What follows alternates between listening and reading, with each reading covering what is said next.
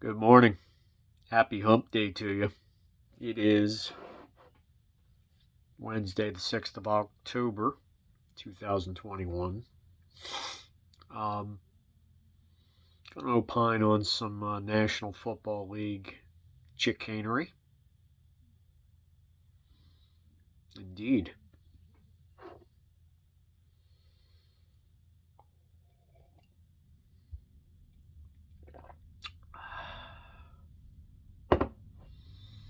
Got my workout in. Y'all don't realize I've had neck and shoulder injury. An old rotator cuff issue. And you hit me in the front, the back, like an impingement all the way up into here. So I've worked out a full week's worth back in September, and that was the only weight training that I've done since the beginning of August. But we're back at it now. Here this week, grinding through it. Speaking of grinding through it, two individuals we're going to talk about today, and the punditry, or the people that have all these opinions about these two individuals, are a lot what's wrong with sports right now.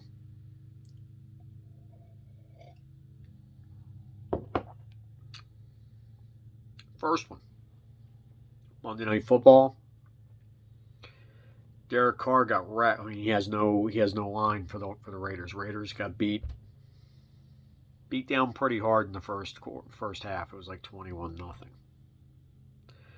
They had almost no offense, which is interesting because they have almost no offensive line. They have injuries all over the place. And it's funny, the commentators start out saying they've been injury free. Take a look at the line. No, it is not. They have a couple guys out for the year, or one guy out for the year, and they got a couple guys coming back. So they need to get that line straightened out. Couldn't run the ball. Derek Carr getting hit around like a piñata. After the game, Joey Bosa comes out and he says, Derek Carr was shook. We hit him a couple times, he folded up because of one time where he took the ball down and let the guy hit him, and put him down because he had nowhere to go. So I guess it was a smarter idea to put the ball at risk. He did what Tom Brady does, Aaron Rodgers does, everybody does in that specific situation. And he was so shook when he came out in the third quarter, he threw for like 150-some yards in the third quarter and brought him back from 21-0 to 21-14 and trying a 52-yard field goal to go to 21-17. That's not what shook is, Joey. And the interesting thing was also, Joey, you didn't do anything the entire second half. Nobody said your name. Nobody. You didn't get any tackles. You didn't get any sacks. So that's shut the F up, Phil, right there. You need to, what I loved is Shannon Sharp on ESPN. He came out and said, look, this is what you say when you don't know how to win. When you're not used to winning, these are the kinds of comments you make. And he backed up Derek Carr. The Chargers are acting like they won the Super Bowl on Monday night. They beat up a team with severe injuries. And if Derek Carr doesn't throw his one mistake of the night, they're driving at 21-14. This game could be very different. Can't fault the kicker for missing a 52-yarder, but they were on the march. Shooky was not. Let's see what they do when they come to Las Vegas. Another thing, as a coach, I don't really like bulletin board material. I got the win, and I know I'm going to their place because it's a home and home. We're kind of like on a shut the F up kind of mentality. Get out of Dodge, say the right things, and vamoose. But Joey Bosa, the idiotic version, the idiotic of the two Bosa brothers, who also hasn't accomplished a damn thing because he can't ever stay healthy. But boy, does that mouth work well. Stupid. So that's number one. And by the way, I feel bad for the Bears next week. DC's going to be in a bad mood against that suddenly average defense they have. But Khalil Mack's there. It never mattered. When Khalil Mack was this great talent, they had a crappy defense in Las Vegas, when they were in Oakland. He goes to Chicago. They were a top 10 defense. They were a top 10 defense after he showed up. And now they're actually taking steps back.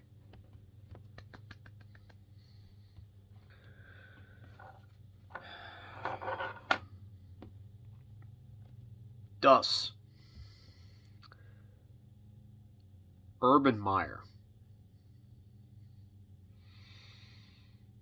I've opined in the past about who is it that should be in the NFL and who should it be that's in college. I thought Urban had a pretty good chance here because he's got cred. And he's a decent man. He tries a little, he's one of those guys that he tries a little too hard to be cool sometimes. And that guy that tries too hard, you just laugh at him. He wants to get along with everybody. He wants to be liked. He wants to be part of the clique. Everybody kind of wants that, right? It's not a criminal act. But Urban Meyer is best suited to be the dictator of a football team. That makes him a college coach. I don't think this is going to work out in Jacksonville because they got the knives out for him already. You get grown men that just don't want to hear what he has to say. Same thing with John Beilein in basketball when he went to go coach the Cleveland Cavaliers. He wanted to come in with discipline, and they're like, bitch, please. He was done. Players revolt, loses the team. See ya. John Beilein's a great coach. Didn't matter. Urban's going to go through the same thing here. Because this has become a players' league. Which I abhor, I hate. With a passion. But if he coaches again, I think he needs to be in college. He's a charming guy. He can come in and he can be the closer and recruit. By the way, one thing, I'm in the Urban Meyer camp, but he didn't put together a very good staff. When you really look at the staff, that's the one thing that people have been saying, and I'm kind of like, yeah, that's a problem. So I think he's used to just using the force of his personality and his charisma and his good looks and whatever else he's got in his bag of tricks. That's not good enough in the NFL. There's an intensity to the NFL. There's just a seriousness that's required. There's not the gulf between the haves and the have-nots in college is miles wide. The have-nots in the NFL, from a resources standpoint, are not. You have a salary cap. So you have teams that just suck. They're not run well. But the resources are there at that bottom of the barrel. that are the same as at the top of the barrel. It's what you do with them. So you can't just skate by with the advantage of being with a behemoth organization like an Ohio State or like a Florida. Now, don't get me wrong, he did very well in the first couple of stops, and he was with small programs like Utah and what was it, Ball State, I guess it was. Excuse me, Bowling Green. But so he can coach, but I think he needs to be in a program. He needs to be in a legacy program. He needs to be able to look down his skis a little bit at the other side, and he needs dictatorial control. And he's just not going to get that in the NFL. So yeah, count me wrong amongst the people that were giving him a good chance to be successful. I don't think there's any chance that he can be successful at this point. The knives are out. Game's over. And it has nothing to do with the dancing and stuff like that. It's just he lost the locker room before this because he tried to bring his college methods to professional rank. It doesn't work. Nick Saban couldn't do it. Nick Saban couldn't do it with the not the Jets, the Dolphins. It just doesn't play there, particularly with the modern athlete of today, let alone the one from 25, 30 years ago that Nick tried it with. He had a chance then. Not anymore. That game's over. So you got to be one of the boys. You got to be able to communicate well. You have to be flexible. You have to be a CEO. You have to be able to delegate. And you have to enunciate. You have to teach well, but at a club of equals, more or less, or at least give that impression. When you've got a big NFL resume, you get to come in and push people around a little bit. But you're a new coach, it doesn't work that way. So it is what it is. I expect Eric Bieniemy will be getting that job, or Jim Caldwell. The way that things are running in the NFL right now, they're going to almost require that to be a black coach. That's not a racist statement. It's a statement of fact. Anybody that knows me, the only color I care about is green. But right now, the locker room is predominantly African American. So to get the locker room back is probably going to require an African American coach. I hope Jim Caldwell gets that job. He should have been hired the first time. He should have been hired in any of the jobs that were open last offseason. Any place that doesn't hire him is a clown. Like, the people making those decisions are clowns. Bieniemy is a new head coach going into a really, really difficult situation. If I'm Bieniemy, I wouldn't want it. You're set up to fail. Jim Caldwell, he's got cred. He walks into that locker room. Those dudes sit up. They sit up and listen. That's the guy I would hire. I would throw as much money as necessary and as much creative control. Allow him to, as the big tuna used to say, Parcells, if I'm going to cook the meal, I want to go shop for the groceries. Give him some personnel latitude as well. He's earned it. He's got the resume. You bring in a guy with a professional NFL resume, head coaching experience where he's won. You hand the keys to the Porsche to the dude. And you just tell him, hey, just put enough gas in it when you bring it back. Have fun. And you get out of the way. That's probably what they should have done in the first place. It's rooting for Urban. The clock's ticking. He's as done as a side of ribs on a Sunday afternoon. You can keep turning them over and over with your grilling fork, and it ain't gonna help. He's done. So sad, but true. But once again, you got to have those communicators if you're gonna be in the NFL. You gotta have the vigor, the energy. You can't have a past of wigging out or thinking out or making bad decisions or being weird. Big rule in life. When you win, you're eccentric. Like if you're a weird person, okay? So I'm thinking outside myself because I'm not a weird person. But I know weird people. When you're a weird person, but you win, they call you eccentric. When you're weird and you lose, you're just a creepy weirdo. And it just doesn't work out for you. Urban's been weird all these years, but he's won. Now he's not. Now you see the difference. So they're after his head. I do not expect him to make it to the halfway point in the season. I think they've probably already reached out. They had meetings all over the building.